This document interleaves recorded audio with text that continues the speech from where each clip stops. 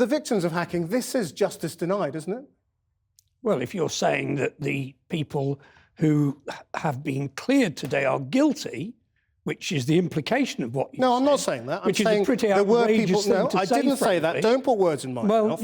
I said there were people who were hacked. We know for a fact there were lots of people who were hacked, and I'm putting to you that stopping the prosecutions now denies many of them justice. Stopping the prosecutions of whom? Whoever was responsible. I'm not talking about any particular individuals, but we know that they were hacked. So what do we know today has happened? There were investigations that went on into 10 individuals at the Mirror Group. The CPS, having, I think they said, exhaustive reports from the police, have said they have no case to answer. The corporate charges has been, the investigation has gone on several years. The CPS today said there is no case to answer on corporate liability charges against News Limited. In other words, not even Channel 4 can rewrite the law. They have decided there is no case to answer. So you think that justice has been done? I think the CPS has just decided.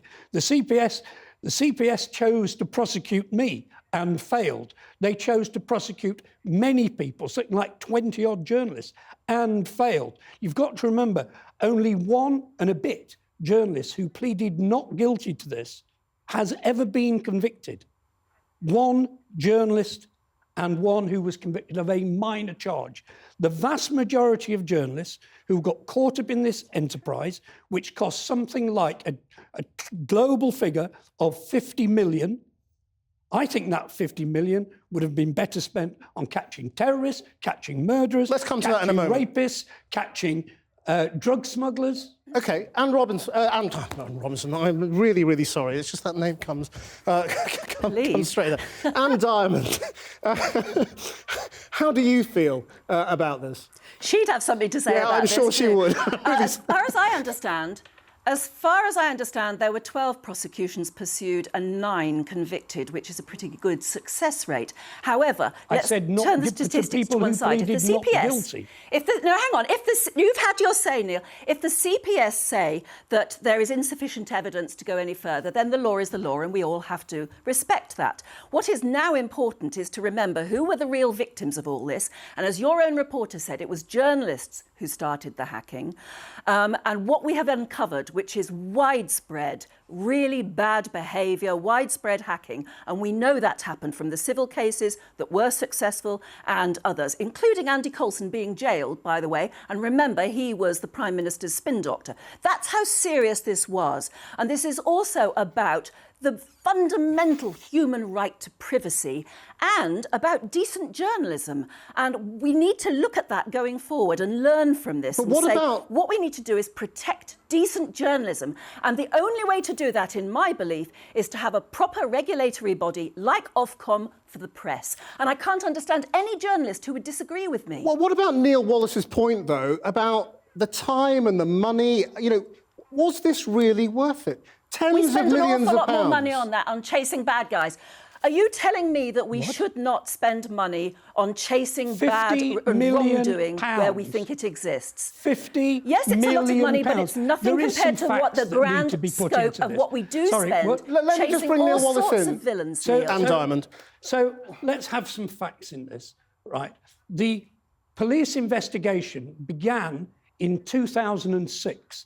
In 2007, there were convictions. In the Houses of Parliament, the man who headed that investigation said, as far as they were concerned, and this is true apart from one rogue person has been proven and admitted it, from 2006, from the time that the arrests were made, phone hacking ended then.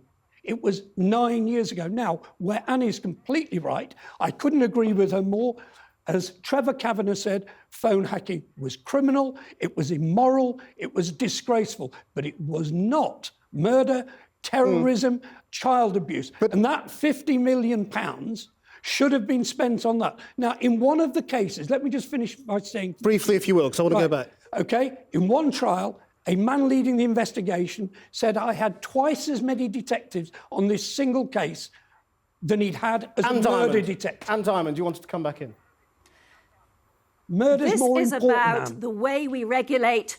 This is about the way we regulate journalism in this country. We do it successfully in the broadcast media with a proper regulatory body. That's what we need to ensure the best possible journalism, to safeguard all of us from all of the bad you've been talking about, to safeguard us all in the future. We need Leveson 2, and you know it. Now, Leveson 2, just to remind people, is supposed to look at hacking. Do you think it's going to really happen? Me? Yeah. Do I think it's really going to happen? Yeah. No, I hope so, but I think it will get kicked in the long grass because we have to remember who's at the top of our society, and I just think they're all cosy with each other. Neil Wallis, do you think it will happen, Leveson 2, the second part of another long inquiry? First of all, Cameron caused Leveson 2. Leveson. If Cameron wants Leveson 2, he will have it. There won't be a Leveson 2. Neil Wallis and Diamond, thank you both very much indeed.